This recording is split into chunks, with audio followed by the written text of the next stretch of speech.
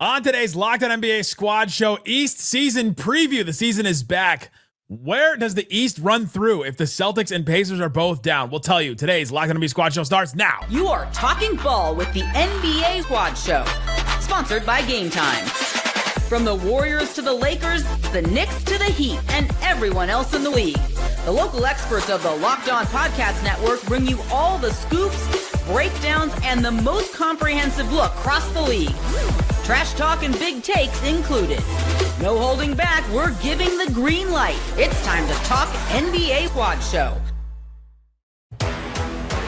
And welcome to Locked On NBA Squad Show East. The NBA season is back. My name is Nick Angstadt, host of Locked On NBA, Locked On Mavs, and this is the Squad Show where we take over the feed of your favorite show, and we're going to talk all about the Eastern Conference. Anything that we think of, that we talk about, we'll probably talk about Giannis. We'll probably talk about Desmond Bane and the Magic. We'll probably talk about what the Heat are doing. We'll talk about the Knicks and the Cavs and the Pacers and the Celtics. And I don't know, if they're in the East, we'll probably talk about them at some point. Joining me today from Locked On Knicks, Gavin Schall. Locked On Pacers, Tony East. Locked On Magic, Philip Rossman-Reich. Locked On Heat, David Ramil. Somebody else may join in. Somebody may leave. Somebody may go down with an Achilles injury or an ACL injury or something, but we will carry on. Gentlemen, let's start here. We may end up somewhere completely different, but with the Celtics and, sorry, Tony, the Pacers both down with some major injuries this season, where does the Eastern Conference go through? Like, who's the team that you're like, all right, it goes through this team? Well, I don't know if it's one team, but I would say that all of us would probably say that there's a heavy favorite for the conference finals, and it's the Knicks and the Cavs. Would we all agree with that? Yeah. Absolutely. Yeah, and then they're both so good and were good last year. The Knicks made the conference finals. The Cavs only losing to the buzzsaw that was the 50-win Indiana Pacers last year, right? And they're both maybe better, right? And we'll see what the injuries look like in Cleveland, but the coaching change in New York, they made tweaks at the back of their roster. Like, the fact that the Pacers and Celtics fell off so far, we could talk about Orlando, and Atlanta may be sneaking up and like making things interesting, but it just seems like since the two of the top four last year fell off and the other two got a little better, I don't know how it can't be those two. The problem is, for the question asked, picking one of those two is quite challenging because the Cavs are the better regular season team. They always poop all over their leg when the playoffs start. Hey, look, Danny Cunningham didn't show up today, right? I think right. The Knicks win it 5-12. That's because this is past the second round. Yeah, I think I think the argument for the Knicks, which I think I'm contractually obliged to make, is that they were just far from optimized last year under Tom Thibodeau. I've said this stat a million times, Tony. I know you're tired of hearing it, but the Knicks starting five played 500 more possessions than any other five-man group in the league and was a net negative after January 1st. They had like a minus 1.5 net rating. We're minus 50, I think, over 13 playoff games. Like, just either like even bad though. Sorry, what? Is that even bad? Like, I mean, it's not good. It's for a group that's like your best lineup that you're pouring a ton of money in. That's like talent-wise, right? Jalen, Brunson, Josh Hart, OG Anunoby, Mikal Bridges, Karl-Anthony Towns. That should be a great lineup, and it wasn't a great lineup, both due to fit and due to Tom Thibodeau's inability to maximize it. I was of the opinion that Cleveland, at least in the regular season, was going to be the runaway one seed. And after seeing 3 games of the Knicks in preseason, maybe it's an overreaction, but just the way Mike Brown has shifted their rotation, has leaned into 5-out lineups, has sped up the offense, both in transition and in the half court. It's basically everything Tom Thibodeau didn't lean into to make things easier on everyone on this team. And you just get the feeling that they're actually going to be able to play up to their talent this year, which I think even in making the Eastern Conference Finals and even being within 2 games of the NBA Finals, they weren't last year. The counter argument to that is Cleveland kicked their butt 4 times last year in the regular season, 1 time without Donovan Mitchell and Jarrett Allen. So they might have bragging rights for now. The Knicks beat them in the 2023 playoffs. I think I just buy into the Knicks as a playoff team and that level of competitiveness and just cutthroat ability to win a game late with Jalen Brunson just to drop more. But there was such a gap between the two in the regular season. I don't think it's crazy for anyone who thinks Cleveland is the favorite coming into the year. Is that all sustainable? Like we're talking about Mike Brown like he's some kind of coaching savant that's going to be able to get the most of this team, and it's Mike Brown. And at the same time, I just don't see. He did get the Kings to the playoffs. He got the Kings to the playoffs, David. I mean, they had maybe, you got to remember that season they had statistically the best offense in NBA history, and he was doing that with not great talent in Sacramento. Wow, has Mike Brown ever, as a head coach, like even the LeBron teams, given their lack of depth, like worked with this type of talent. I'm not saying he's the best coach in the NBA. I just think tactically he is a pretty drastic upgrade over Tom Thibodeau. I think if we Does say it feel sustainable? the Kings one more time, Matt George will show up in this. So just I get these changes in the preseason. Light the beam. no, yeah, I mean, I think it's a fair question to say, like, can they play the way they've played so far while also leaning into Brunson ball? Because that's where they've excelled in the postseason, and they're going to have to marry those two things. To me, it's just like, it feels like there is access to easy offense and easy points that just wasn't there. And in the playoffs in years past, it just all had to be on Brunson creating against 3-4 guys. And now they're tapping into the fact that, like, Mikal Bridges, OG Anunoby, Karl-Anthony Towns are not like elite shot creators, but they're all very capable with the basketball and talented offensive players. And Mikal in particular just looks like a completely different guy than he looked like last season. Like, the speed he's playing at, the comfort with his shot. He was weirdly messing with his form to start last year. Like, he just looks far more engaged. And that by itself makes just a dramatic difference for the Knicks. I think the biggest difference in the East and just why it feels so wide open is just that these teams are so unproven. Like, Boston and Indiana had, back-to-back conference finals. Boston had the long run before they finally won the title. It feels like the teams that we know the most about are taking a gap year. They're taking the year off. And, who knows, maybe Jason Tatum's back and Boston's a lot scarier in March and April than they are today sitting here in October. But with New York, they had this golden ticket to the finals last year. No offense, Tony, but Indiana was the 4th seed. The Knicks had the home court advantage. Like, it felt like they had the path, and they hit this roadblock against Indiana that everyone in the East seems to hit. Cleveland, obviously, out of the gates like crazy last year. One of the best offenses, one of the best defenses. They felt like they finally solved the problems that kept them from getting through, and they hit the roadblock. And so it just feels like, yes, Cleveland and New York should be and are the two favorites, but it feels like they have these playoff scars, these hurdles to get over that we just don't know. And the other problem in the East is every other team we just don't know. Orlando hasn't been out of the first round since 2010. Indiana, Boston are down. Detroit is super young. Atlanta, yes, Trae Young's been to the conference finals, but that's a completely different team. And they've got contract stuff hanging over their head with Trae Young's extension. Giannis is probably the best player in the Eastern Conference. I think we would all agree on that. But Milwaukee seems like they're a team in a bit of turmoil because of the way their books are situated and the roster that they have. It just feels like everything is wide open, not because there's not necessarily bad teams in the East. I think the East, the top of the East, not as good as the West, but is a lot better than people give it credit for. We just don't know what all of these teams are going to do and what they're going to look like in the spotlight. And it's just a thing of, you don't know till you know. You don't know. No, pick one. Pick one, Philip. Where does the East go through? I think it still goes through Cleveland. Cleveland, the reason, again, Indiana beat them. But I think the big thing for Cleveland has always been, how do we get our smallish guards to the playoffs healthy? And it just seems like something always pops up between their two guards that just slow them down just enough to make them mortal. And if they're healthy in the playoffs, they're going to be as tough as any team to beat in the entire playoffs, not just the East. I think we have forgotten one key point that I would like to add into the reason that I will pick the Knicks. The last time the Knicks and Cavs played each other in the playoffs, granted it was the Julius Randle Knicks, the Cavs got pantsed, embarrassed, laughed out of town. Like, they looked horrible. They looked truly horrible. The lights were too bright.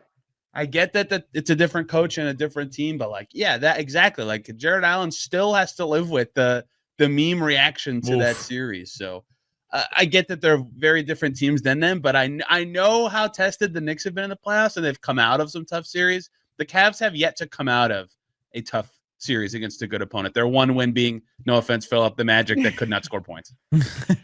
Gavin, how different is this Cavs team compared to that Cavs team the Knicks faced that last time in the playoffs we were just talking about?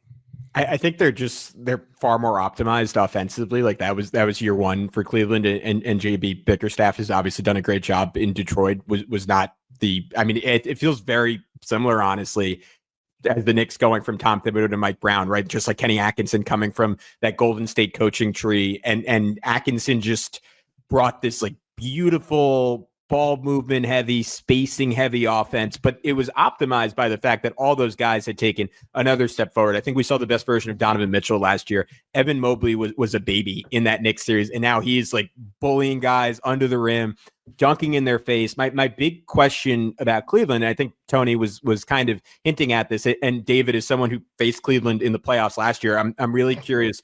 Your take on this is, like, for my money, and I think Danny has said this much, like, I don't know if they're optimized with Evan Mobley at the 4 and Jarrett Allen at the 5. Like, I would want to see what they look like with Mobley at the 5, with his newfound ability to shoot threes that presumably is only going to get better this year, because Allen, for as good as he is, a legitimate all-star, just a hyper-skilled center, like, there is a just distinct lack of physicality that is pervasive throughout that team. And I think I don't think it's Evan Mobley's fault. I think he's figured that out.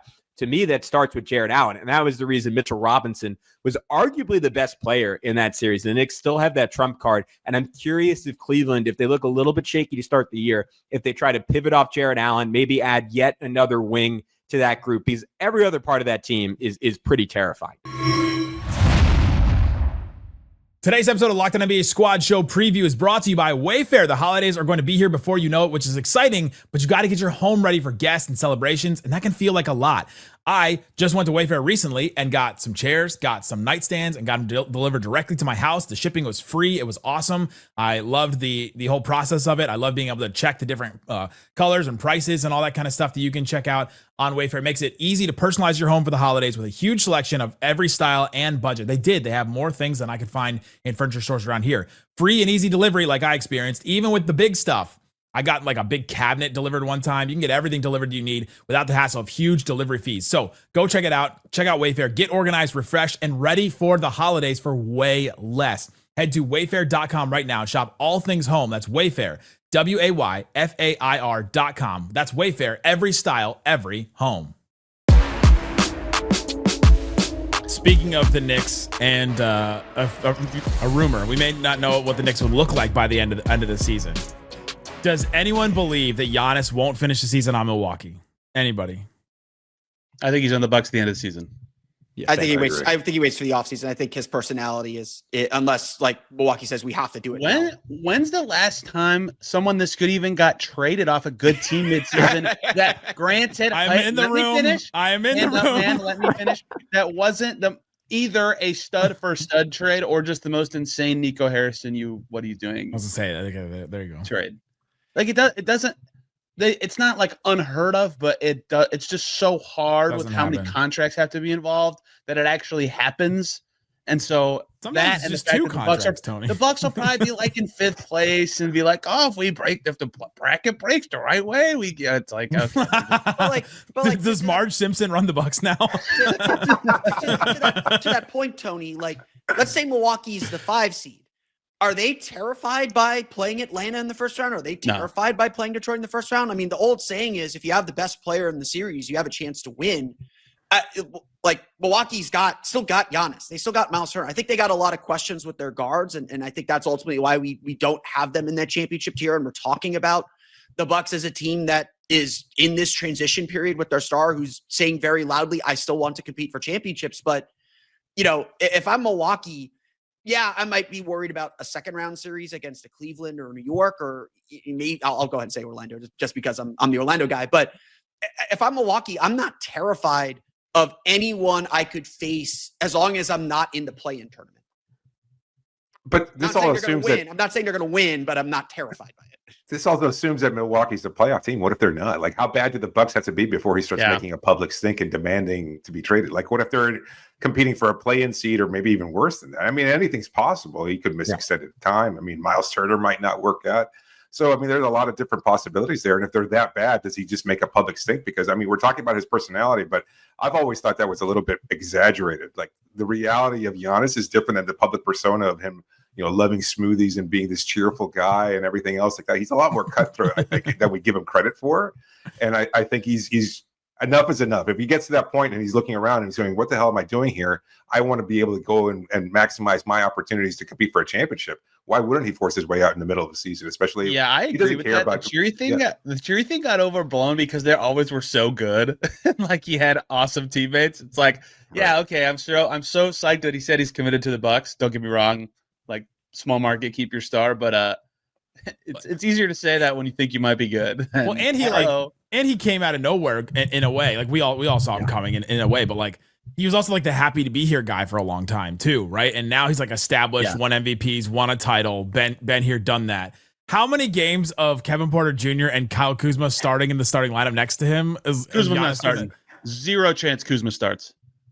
Yeah, I think they're gonna lean into like him and 4 shooters, which I think agree. Is the way they should play. And I think to David's point, it's a lot of weight on Miles Turner, but I do think that's maybe a better team even without Dame than they've had in recent years. And I think Turner defensively over Brook Lopez, who would just get torched over and over again and drop coverage, is a meaningful upgrade. I think on the same token, like Giannis knows what this team is, right? Like he's like one of the smartest players in the NBA. I don't think he has any illusions that this group can win a championship. I think he knows that the ceiling, like barring like a whole bunch of injuries to like either Cleveland or New York or even Orlando, is probably the second round of the playoffs. And that's why I think the timing of this story, like obviously this comes out of Giannis's camp. Like you saw all the sources Shams was citing where we're like, oh, his American agent, his Greek agent, like this is a Giannis driven story. And Giannis saying, well, I might change my mind in 6 or 7 months. Like, dude, what is going to be different? Like, you know what this team is. He knows what the situation is. I think it's more so that Milwaukee is unwilling to move him right now. Like Ian Begley reported, like, and who knows if this is true or not, obviously he's the Knicks guy, but that the Knicks did make a legitimate offer and did make a legitimate push for Giannis. And I don't think the Knicks made their best offer, and I don't think any team is going to. A legitimate Knicks offer is still not close to enough for Giannis. So. What is the legitimate offer? Point is, I mean, what is the offer? There is no good enough offer for Giannis. He's one of the but there wasn't a good enough one for Luka either. So like, that's fair. It would have. What makes it tricky is it would have to involve a third team, right? Like there's no, unless the Knicks throw Jalen Brunson in there, which I don't think any of us think is going to happen. There's not a cat in something else. No, it would be Cat and OG for Giannis and Kuzma would be the corner. But I don't know what that does for Milwaukee because you're presumably just trying to turn OG and Cat into picks then. So you might as well involve a third team and get that done directly. Would Kuzma in New York like wake him back up and like he become a viable NBA player again, or just send him all the way back down? I think that ship has sailed. My final point here is like I think this comes down to like Milwaukee does not want to trade him before they have to because they don't have their own pick and they have no incentive to tank. So unless it's the Hawks and they're getting that pick back, why are they going to do this before they have to? And I think this summer is when it gets to the point where Giannis is publicly saying, I want out.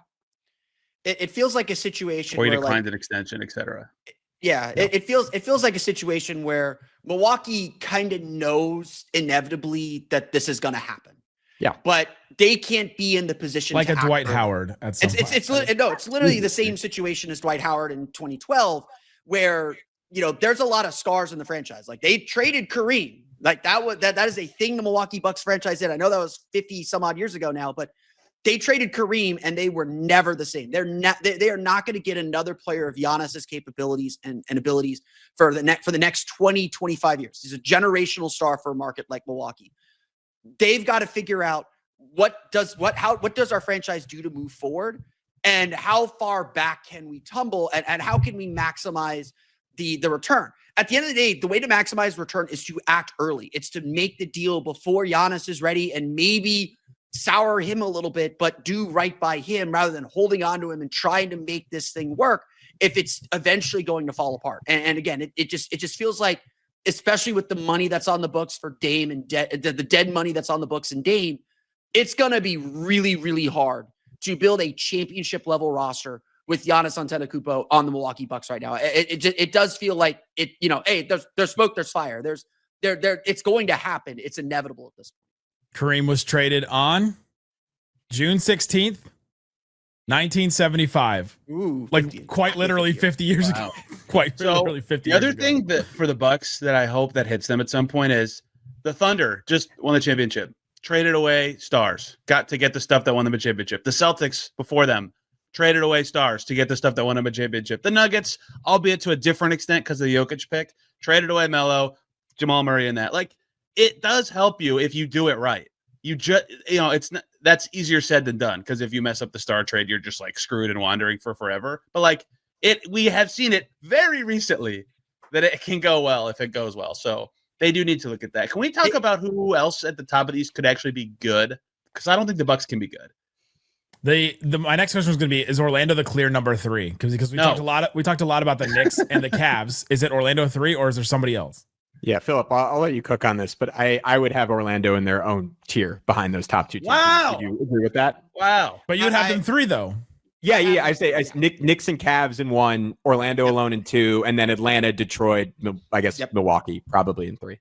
That's kind of how I sort things. Wow. I might throw Boston into that 3rd tier when Tatum's healthy, depending on what Sure. Tatum looks like. Because I feel like the Jason Tatum is already dunking and could be back from an Achilles tear in March is reckless, and I don't think Boston Give me a should break. do that. Yeah, in March you got like 15 games left. But if I'm the 2 seed New York Knicks, I don't want to see Jason Tatum in a first round series like that. No one wants that. It's the same thing with the Sixers. If like Embiid's able to get to the end of the season, I don't want to see Embiid as the 7 seed or the 8 seed. Like I don't want that. Like Boston was complaining about having to play Orlando as the 7 seed because they're just so physical and wore them down heading into that series against the Knicks. Like you want to get out of that first round as cleanly as possible. But I do think the Magic are the 3rd best team in the East. I think that people underrate how tough it is to play the Magic and kind of last year because of all the injuries, because they ended up 41-41 in the 7 seed. People I feel like the national media just kind of forgot that they were there and felt like they hit this wall that they can't overcome. This is still a really good team. As long as their defense is still top 5 in the league, their offense can be mediocre and they will win a lot of games, especially with how uncertain the East is. The Magic can win individual games. The question for the Magic, of course, is can they win in the playoffs with an offense that at best might be mediocre right now? They still got a lot of young guys, Franz Wagner, Paolo Banchero, have to take another step into stardom. They've been given the tools with a player like Desmond Bane to help spread the floor. Like everybody else in the league, they're trying to play a little faster. The offense looks a little refreshed in the preseason for whatever that's worth. It's 2 games. But if the Magic can find just a little bit of offensive clarity, that team is really, really, really dangerous. Now, dangerous enough to compete for a championship, that's going to be the ultimate question that they have to face with the books that they have and the salary that they have laid down. But Orlando is a team nobody wants to face in the 7-game series. You can ask Cleveland, you can ask Boston about that. It's not fun. And if their offense is just a little bit better, they're that much more dangerous. Tony, you're not buying the Magic. Well, David is also not buying the Magic, so I would like him to go first. No, I'm not. But are we collectively overlooking Philadelphia? Like, is that just not a team that exists anymore? Because I mean, they still have an MVP level player there. The team that half the GM said are the toughest to predict. This season. But that's our job, right? That's what we do. Yeah. So I mean, are we just kind of overlooking that they exist? Can I predict that Joel Embiid will not be healthy this year? In its entirety? Like he's not going to play at all? Or they don't have a timeline for him already. We've just never seen him get through a playoffs. And he's older and his leg is seemingly more unstable. And he had another procedure done. Fresh legs. That's what that is, right? Did he get a leg transplant? Is it a different leg? Where would you get a leg like that to transfer to him? And it's not it sucks. Like we're laughing about it, but like it's miserable. Like for my money, like he is one of the 5 most talented guys to come into the NBA in the last 30 years. Maybe that's too high. Maybe if we actually made the list, like it wouldn't be there. But like his combination of like size, skill, athleticism, aptitude for like you've heard just stories about him watching videos of someone shooting a jumper and then immediately replicating that, or watching the dream shake and immediately replicating it. Like he is a basketball savant. And even as a Knicks guy, like it sucks that we're not going to get a healthy playoffs for him. I just don't think we have any track record to predict it. And if you can't, I just don't see the depth on that team to supplement. I think they can be fine. I think they can be competitive in games where Embiid doesn't play because that guard rotation is so good. But you look at their wings beyond Paul George, VJ Edgecombe, there's just not a lot there. So I just cannot put any kind of faith in that team. They are team guard, certainly. Look, I agree generically with everything you just said. A year ago today, everybody was talking like, well, I can't believe in the Clippers. Kawhi never plays in the playoffs. And then Kawhi played in the playoffs. Like, sometimes it just happens sometimes. Yeah. Like, you just never know with these unhealthy dudes. I still think, like, they're going to be so bad at rebounding and probably pretty mediocre on defense that even the best Sixers are, like, the 4th or 5th best team. When I did Eastern Conference rankings, I said, here's the top 14, and then here's the Sixers. I don't know what the hell's going to happen with the Sixers. They could be 4th, they could be 10th, they could be out of the whole thing again. But like, they have a healthy all-star guard all the time. Like Tyrese Maxey means that, and they have reasons to try because they don't have their pick this year. Like I think they're going to be decent, but not awesome. Guys, the Atlanta Hawks are going to be stupid good. What are we doing? Whoa. The Atlanta Hawks are probably going to be, granted, probably the back end of this. I think the Atlanta Hawks are going to be top 10 in offense and defense this year. They're going to be good. I do think people are sleeping on how good Atlanta can be. I really loved their offseason. Going after Kristaps Porzingis, I think gives them just another dynamic weapon. Just to play 5 out with Trae Young just puts so much stress on a defense. And so I do think they're a lot more dangerous than people think.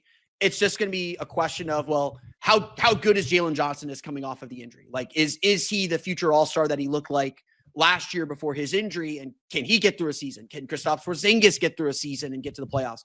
It's Trae Young, who I think is a lot more unselfish than people give him credit for. He plays a specific type and style of basketball. He's going to have to sacrifice to make that team better.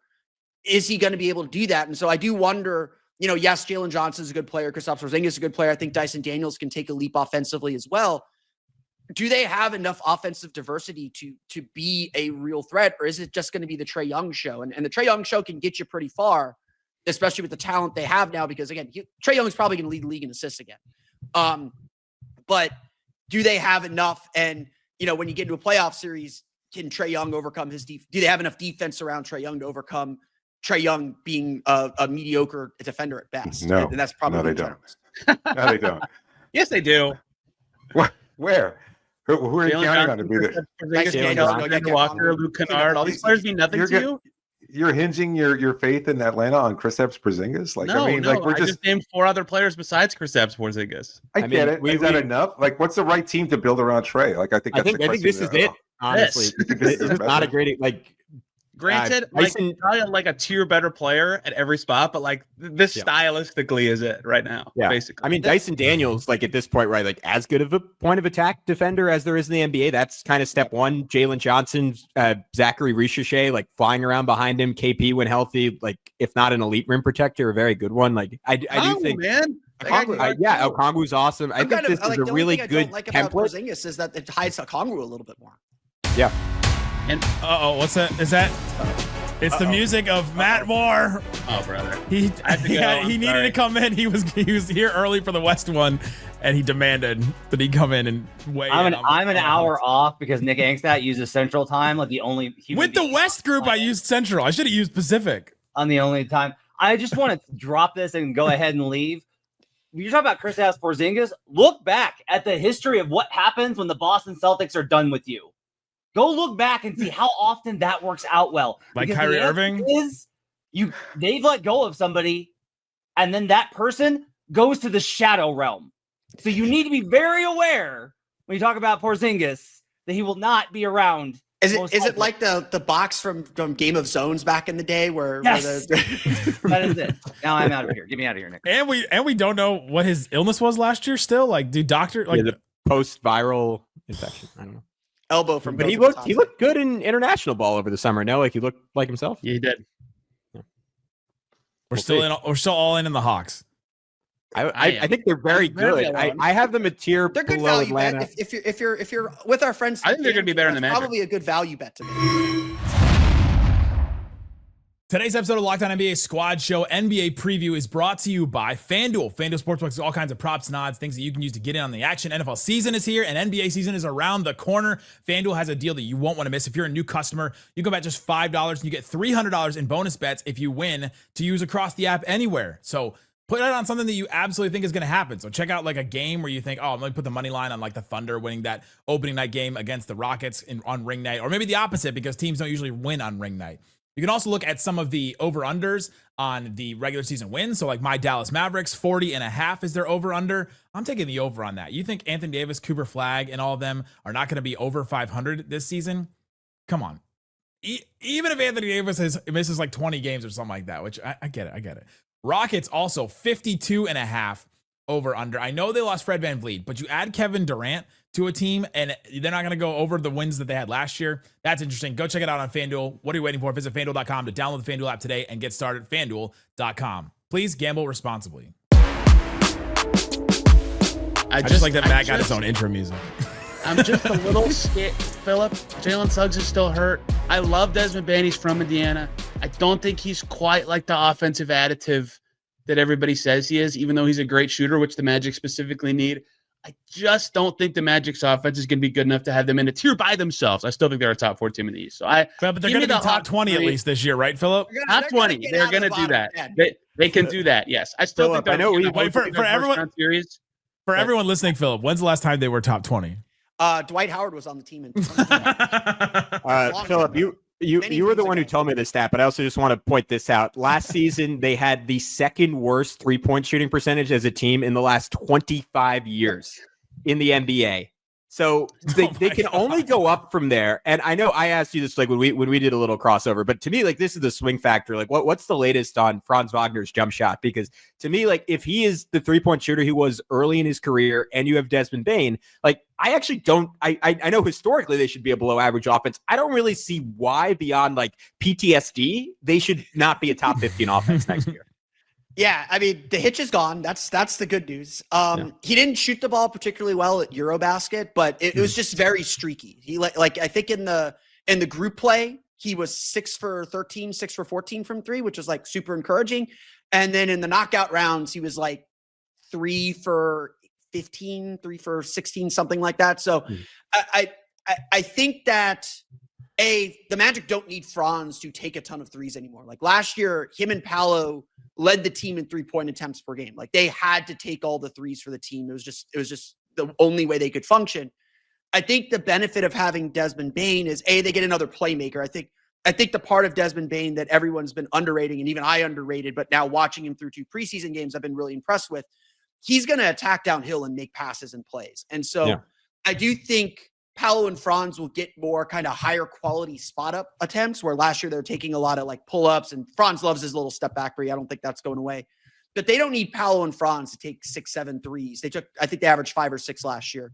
They don't need them to take 5 or 6 threes. They can settle in at 3, 4, 5 threes per game and probably be enough for this Magic team to be successful. And so I think that is the bigger shift. I think Franz will probably settle in the low 30s, which, considering he was under 30% the last few years, would be a huge step up for him. Not where he was his first 2 years, obviously. But I think he's going to be real streaky. I think he'll have like a 2-week stretch where he'll shoot like 40% from 3, 41, 42% from 3, and everyone will be like, oh, he's back. And then you'll have another 2-3 week stretch where he's shooting 25% from 3, and it's just like, oh, same problems as always. It's going to be a little bit of a roulette wheel when you get to the playoffs, which I think is the scarier part for this Magic team. Can we all rapid fire to end this? I love Detroit. I like Toronto. I'm very down on the Boston Celtics. We should give Detroit more love than we're giving them. Rapid fire, Philip. 3 things. 3 things. We're going until this is not fun anymore. That was my. Oh, I didn't realize that. No, I'm looking at the clock, Nick. I'm sorry. No, we're good. No, you're a good employee, Tony East, but we're going. No. My quick thing is we are not talking enough about Detroit. I don't think they're to do what? Like, I'm sorry. To do what? To be a threat to get to. I mean, I think there's a chance that they're the 4th team that gets the second round. I think they could be the 4 seed. I think they built a lot of really good things. Jalen Duren took a huge leap last year. I don't think enough people are talking about how good he is and talking about him among the best, certainly the best young centers in the league, but one of the best centers in the league. They get Jay Ivey back. Yeah. I'm a little bit questioning the swapping out of some of their shooters. I think their defense will take a little bit of a hit. But I think you overlook Detroit at your own. You haven't watched Duncan Robinson grow as a one-on-one defender? What the hell? I mean, honestly though, compared to Malik Beasley and Tim Hardaway Jr., I think that I'm more worried about the offensive end, where Malik Beasley put together, like in terms of volume and accuracy, he bet on himself. A 3-point season that Jesus Christ, that only Steph Curry and Klay Thompson have done in NBA history. Like I don't know if Malik Beasley could have done what Malik Beasley did last year. So that part of it's interesting. I'm also intrigued, like in the Ivy element, because they took, even though Ivy was playing well and he was shooting better than he ever had, they took off the second he got hurt. They started playing like a top 6 or 7 team in the NBA, right? Down the stretch last year, final 50 games, top 10 offense, top 5 defense. Like, does Ivy mess that up? Because I think the formula they found of like Cade doing literally everything plus size and defense and athleticism is what worked for them. If they pivot away from that even a little bit, do the pieces fit the same, even if the guys individually are better? Yeah, but wasn't that because they didn't have any downhill like attacking it at all? Like, well, they added Schroeder, but other than that, it was just Cade in the starting lineup. Yeah. Detroit is the team we should all be watching for. We talked about the Giannis stuff a while back. We didn't really get into like which teams actually would pursue him and which teams can actually get him. Detroit is the team that's best set up to make the next big trade. I know the Ringer had their big story about them going after Lauri Markkanen and saying Lauri Markkanen would be perfect for this team, another kind of shooter. They got that big Tobias Harris contract that they can move around. And obviously, like, that's not big enough to go after Giannis, but Detroit should be a team that we're talking about in the conversations for that next big trade. And when they make that next big trade, just like the Magic did with Bane, that's when we start taking Detroit more seriously as a title contender in the East. And it would not shock me if come February, Detroit's sitting there pretty at like the 4 or 5 seed, and they make a big move to really propel them and try and compete with with Atlanta to climb a little bit higher and take advantage of this Eastern Conference. Is Tobias Harris's lasting legacy being imminently tradable? Like, I mean, so that's the second time Miles Detroit Turner, to Milwaukee. CJ McCollum.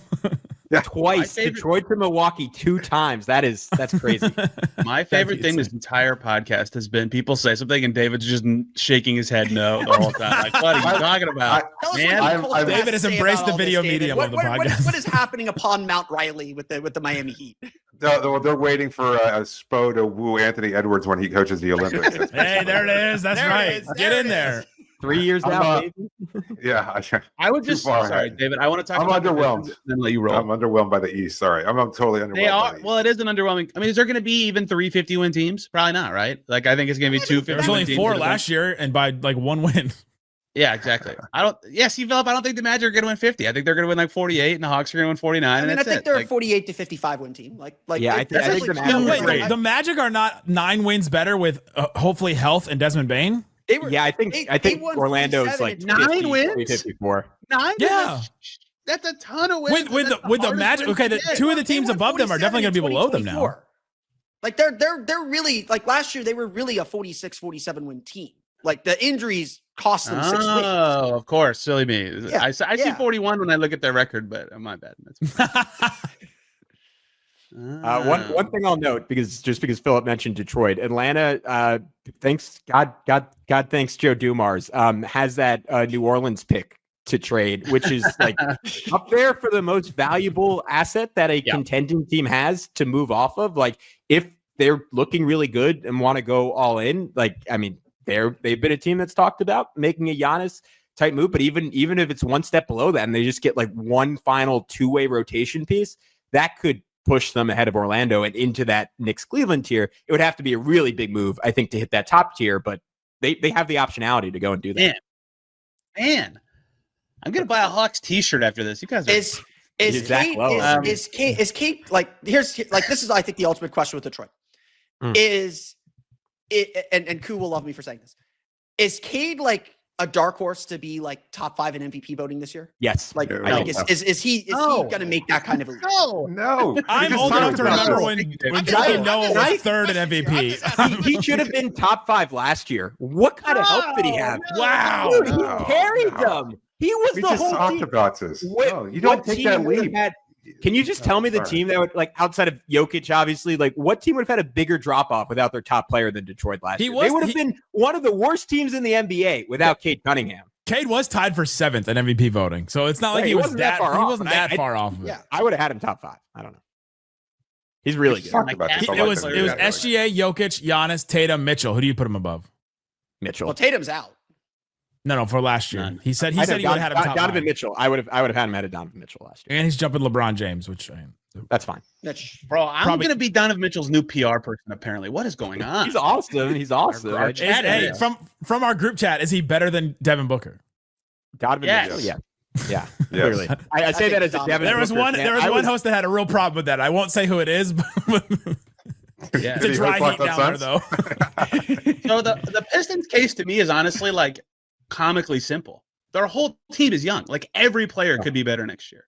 And if everything else, like, even if everything else is exactly the same and they have like very similar style and everything, like, that alone is 3-4 wins. Like that's 100%. that might be a 50-win recipe. I don't think it is, but it might be. David, you keep shaking your head. Do you like anybody at all? Do you think they can do something? Are you having any fun, David? Are you excited about the season? Oh no, the season, yes, but I'm not glowing about the East chances or any team in the East. Like I think they all have such glaring weaknesses and one has to unanswered win, questions. though. David now his team has been to the finals. They've won championships. Now he's on the other side of it, and the players have been traded. And he's the old guy from the NBA on his rocking chair on the front porch going, back in my day, the Eastern Conference was a real conference. It is an even number of years, so the Heat are due. Due for what? Yeah, whatever I'm asking the that. Heat do. No, I don't know. What's the best case scenario for the Heat this year, David? Bam pops to another level. Hero plays well. Powell plays well, and Khalil Ware winds up actually caring about basketball despite just growing into being an NBA player. I mean, he looks good. He looked good for one game. He has to be like Spo has never done this with the exception of 2 other players in the past, where he says to the media, "This guy kind of sucks," and he's not really trying that hard. It's Hassan Whiteside and Michael Beasley, and that's it. Like he just doesn't do that. No, it's not. It's you're talented. Really crazy. He gathered people up at Summer League to do that. Yeah. Well, he was just kind of talking, and then he was like, you know what? Let me offer my thoughts unprecedented or unasked for. Like, you know what? I've been noticing this guy. I'm not even coaching this team. Yes, except when you're watching from the sidelines. He's not even coaching the team. And he's like, you know what? Khalil's just got to try harder. I'm watching him, and I don't see the effort. And there he is actually coaching him now in training camp. And he's like, we don't like what we see from him. It's like, wow, damn, really? So, I don't think he's much of a believer, but it just takes him lighting a fire under Ware's ass in order for him to kind of have these monster games. We know he's capable. We know he has the potential, and he's got the size and skill of it. Like, he made Wembanyama look really mediocre. He looked better than Wembanyama. And so – there's absolutely potential there, and yet I don't know that he's going to always be motivated unless he gets called out by his coach publicly. So, Tony, you covered the WNBA. If A'ja Wilson joined the Heat, how much better would that make them right now? She's quite good. Too easy. David, were you cracking up like I was when I was watching that Heat preseason game, and they were like, "Yeah, Bam Adebayo, he mentors A'ja Wilson, and he helped her so much with her game," and I was like, what would he even teach her? Like, should it be the other way around? Relationships are about give and take, guys. That'd be really helpful. This is the first time that they actually have addressed it with him on the record. Like he hasn't talked about it at any other point. Like it's just one of those poorly kept secrets. I was at the Fever's 4th home playoff game. They're playing the Aces. It's Sunday, the day before media day, and Bam is right behind me in a suite. I'm like, this is just the NBA money, man. He can get to Miami easily, no problem. He'll be ready for me today. Sure enough, there he was, 10 a.m. in Miami. Let's do some of the random teams at the end here. The Toronto Raptors have 5 players in the Locked On Top 100. 5. There's only 6 teams that had 5 in the top 100. Who believes in the Raptors? Tony is in to do what? To make the play-in? To make the playoffs? Offs, baby. Top 6. Finish top 6. Yes. Who are you kicking out? Kicked out. Miami. We already talked about them. The fighting Giannis Milwaukee Bucks. I think the Raptors are better than them. The Raptors are better than the Bucks. Yep. The Raptors were sneaky good on defense to end last season. They were the best defensive team for 2 months to end last season. They have a ton of size, and their floor. Knock on wood, because this never has happened. But Gavin knows, when he was on the Knicks, I loved this player. If Emmanuel Quickly just plays 60 games, that's 10 more wins. That's a stretch. That's way more wins for them. They had no ball handling last year. All their guards were bad or hurt. Their talent is great, and Ingram is just there's very few teams I'm like, oh, Ingram can actually make them pop. This is one of them. I think they're going to be really good. I don't think a lot of people remember. I don't think a lot of people remember he played 0 games for them last year. None. Yeah, and none of their 5 projected starters, I think, went over 55 games. I think was the number. Maybe it was 60 last year. So that's a key for a big jump. I just don't think their starting lineup makes any sense as currently constituted. If they were to move RJ Barrett off the bench and start maybe Grady Dick or Ochai Agbaji, that would make more sense to me. Throw another shooter in there, make RJ your 6th man. There's just too many guys who nominally would need to have the ball in their hands. Scotty Barnes and RJ off ball watching Brandon Ingram dribble. It just feels doomed to me offensively. Those are 2 guys you just don't have to guard off the ball very seriously. So I'm curious to see how they make it fit together. I'm with Tony that nominally there are a lot of good players on that team. I just don't really know how they fit together. This Jamal Shed disrespect will not Yeah, he's stand, good. Tony. He can play. They will not stand. They have a guard. Just one, but they have a guard. But What about Emmanuel Quickly, that was supposedly the best player in the OG Anunoby trade? Yeah, what? That was a joke. Give me a break. Dude, I was like half arguing that with Sean, and when we did the trade, and then I watched OG for 5 games, I was like, oh, that was really stupid. I shouldn't have said that. I love Tap the hat again, baby. Emmanuel Quickly, but yeah, he's not that. Every Hoosier except for Romeo Langford in the NBA is a good player. I mean, I think when you look at Toronto, like it just comes down to this, with especially compared to like the bottom of the East. How many actual NBA players are on the team? Like we do have 5 top 100 players on this team. What Toronto is lacking is like that star that like ties everything together. Like maybe it's Scotty Barnes. It probably isn't. It's probably not Brandon Ingram. They got to be healthy, which is a huge deal for that roster, as we mentioned. But they've got NBA players. Like they are, to me, at minimum a play-in team. Like they should be in that 7-8 game at minimum if they're healthy, because they've got the top end talent to win games during the regular season. They just don't have the talent, the top end talent to win games at a high level and be like a consistent winner, especially when you get into the playoffs. They just don't have that elite level of guys, but they've got NBA players. Like you can't say that about a lot of the teams at the bottom of the East. They just need one of Mogbo, Dick, or whoever they drafted as these young wings to like, if one of them is in their rotation and like good enough this year, they have like 10 legitimately good players every single game. So I like it. The Heat, I think, is the same case too, though. Like Hero's injury is scary, but like their whole team is good, real players. Like that's a recipe in the East to be like at least threatening and annoying. Do the Bulls have the same thing? Oh, go ahead, Tom. No. The Bulls, no, I don't see that. I mean, the Bulls are risking not being a basketball team in February when they trade. Is that right about the Heat, though, David? Right? Like, real they got NBA players. Their depth is probably their biggest strength, but again, you're kind of looking for somebody to pop, and I don't think it can be Hero. I don't think he can be the best player on your team. Like, I'm curious to see how the pairing between him and Powell works out.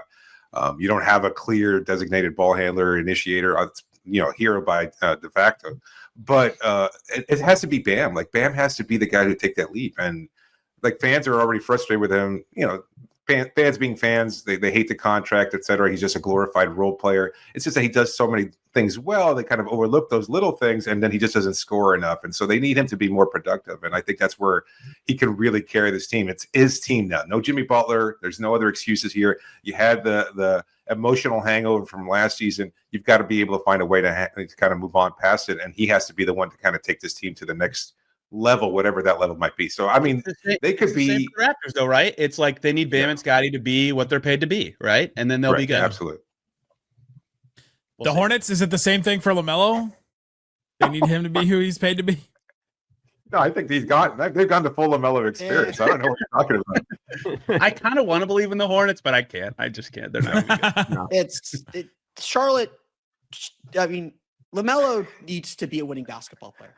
Like that's like he needs to actually. I mean, he's got to fill up a stat sheet. He's going to play well. Okay, somebody drop a 6'7" reference here. I was holding one in, David, but now I won't do it. What about future? I should be the one to mention it. What about future Team USA member Con Knippel? He's a rookie. You guys heard that Bill Simmons was like, I'm predicting that Con Knippel will make Team USA in 2028. I was like, in 28?